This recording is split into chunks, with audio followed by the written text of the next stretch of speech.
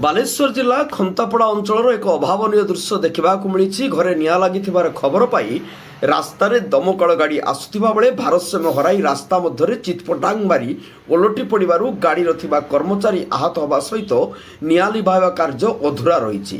ଏଭଳି ଘଟଣା ଦେଖିବାକୁ ମିଳିଛି ଖନ୍ତାପଡ଼ା ଥାନା ଅଧୀନ ନିମିକି ସଡ଼କ କାନକଟା ନିକଟରେ।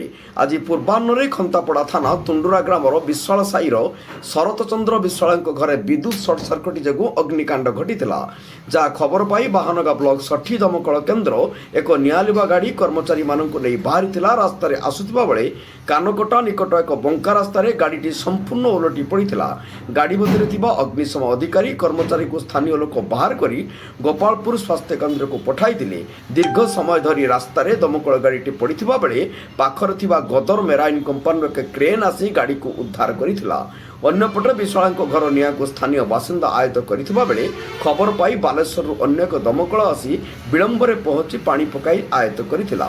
ତେବେ ଅଗ୍ନିକାଣ୍ଡର ଶରତଙ୍କ ଘର ସମ୍ପୂର୍ଣ୍ଣ ଭାବରେ ନଷ୍ଟ ହୋଇଯାଇଛି।